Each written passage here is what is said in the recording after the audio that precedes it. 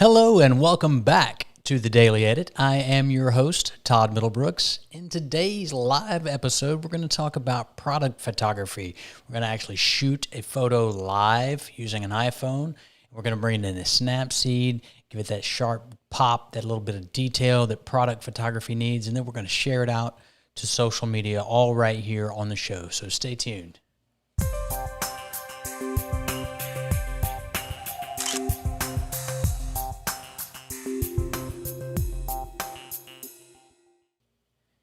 As you may notice, there's some new gear here in the studio. I've actually got some new audio gear that I'm excited about using. I hope you can notice the difference here in the audio. But that's not what this episode is about today. We're going to talk about product photography and why product photography may be something a little different than what you would think. A lot of people think product photography is, but in my opinion, product photography is anything that's not, portrait or landscape or nature type photography. It's any still object or product that you take a photo of. And so anything that you want to share, whether it's, maybe it's, any new gear like we're shooting today that maybe you've gotten, or a new product that has come in, or something you're excited to share with your followers. I'm going to show you how to kind of take those photos, edit them, and then share them out to social. So let's get right into it. First thing I'm going to do here is I'm going to take a photo of this new Rode pod mic that we're using here. And I'm going to adjust it just a little bit so you maybe some audio here interference. But what we want to do is position this so that we have decent lighting. You don't have to have a solid white background or anything like that for product photography.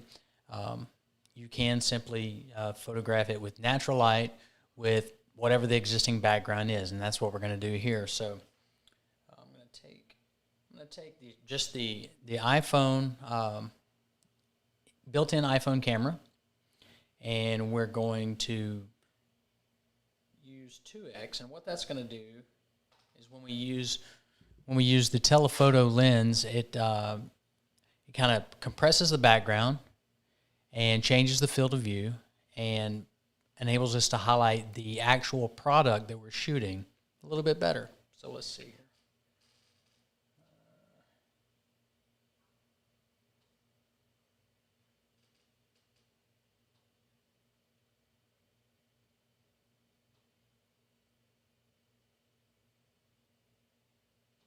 Let's see, find a good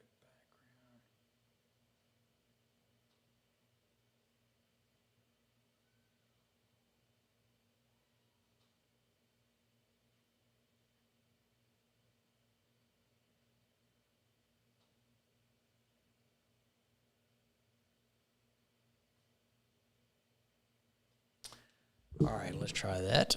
Bring this mic back to where we can actually use it now. So you can see the image we shot there, and maybe notice a couple of things that I was doing while I was taking the image.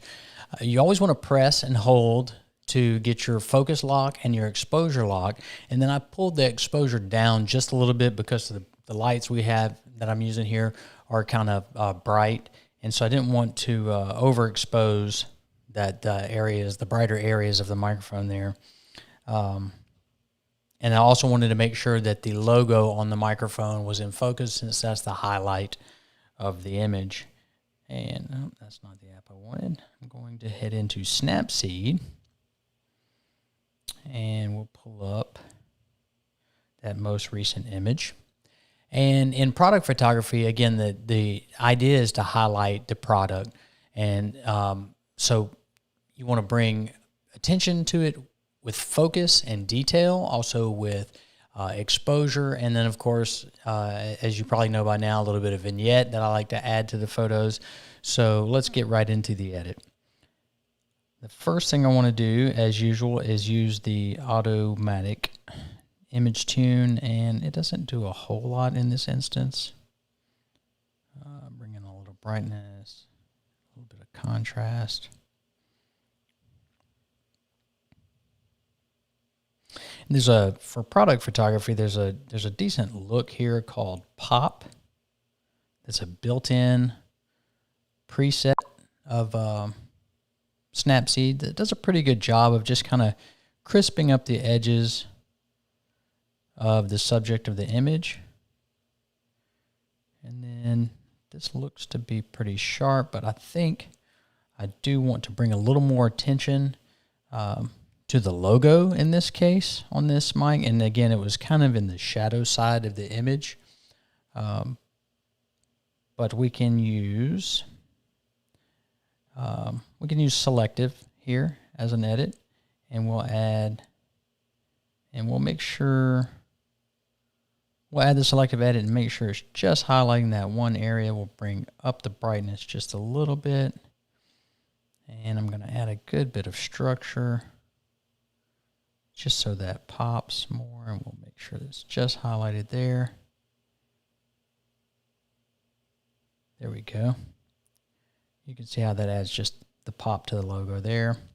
Much like we would do in a portrait image, but since this is a still product photograph, it's it's a little trickier to do it automatically. I think I still need a little more detail in this one overall. Again, because it is a product and it's got, in this case, hard edges, sharp defined edges, a little more detail and a little bit of sharpening is not going to hurt it. And then let's add, actually, since we're outputting to a specific format here, I'm going to make sure I'm in 5:4 aspect ratio for Instagram, for a vertical Instagram post. And then I will add the vignette.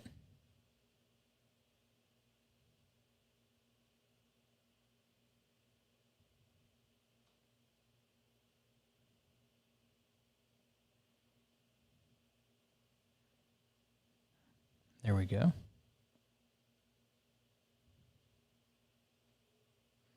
And I want to export and save this as a copy so that it doesn't interfere with my original image. And just for comparison's sake, there is another image similar to this that I shot earlier. There we go. I kind of like this look. It's got a little darker elements in the background. It's got a little more color, a little more saturation, and quite honestly, it pops a little bit more. So I'm going to pull that one in, and I think I had actually made some edits to that one as well. But I'll pull this one in, and this, along the lines of, there's the old saying, when's the best time to take a vertical photo? Well, it's right after you take a horizontal photo. And this holds true in product photography as well. You never know when you're going to need negative space to lay text over it, or if you want to frame it a certain way or post it to a certain social media outlet. You may need a vertical image. You may want a horizontal image. So it's best to take both. So along those same lines, it's best to take multiple angles while you've got everything set up, or you're in position to take that product photography or product photograph rather. So, we took that image there, but it might not be the one that I prefer out of the series. And so I would go, in this case, I like to go back to this one. And we'll crop this one for Instagram. There we go. I do think I have some edits on this one already, but I will. And again, because of the natural light that we're using here, or the existing light, there's a little bit of a color cast, and it comes into play here on the laptop and the top of this microphone. So what I would do is come in here, since both of those are a neutral, kind of a silver gray color, I can pull out almost all the saturation in those parts of the image, and it won't be noticeable. It will not look like an edit. So I can just go in here, pull that color out, just that little bit of a yellow color cast. Can also do the same thing here in the top. We'll do it right here in the top of the microphone. Some of that may be color cast. Some of it may actually be darkening from the vignette that we added. Now, I do like a little bit of the color that's on the side of that. So I may actually leave that because you can see right here in this area, there's a little bit of cast from the monitor in the background, but because that color is there, it's, it makes sense in the image. So there's kind of what we have before and after. A lot of difference in that color cast and the background. And what that does, eliminating that color cast, in addition to just improving the overall look of the image, it also helps to focus on the foreground product image. We're trying to highlight this microphone in this case, and we don't want distracting background elements. Now that I look at this a little more, I think I would go in here, remove the saturation from the bottom side of this mic as well.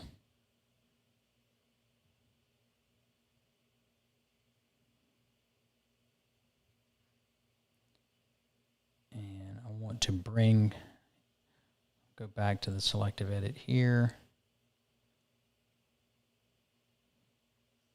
Brighten this up a little, add a little structure.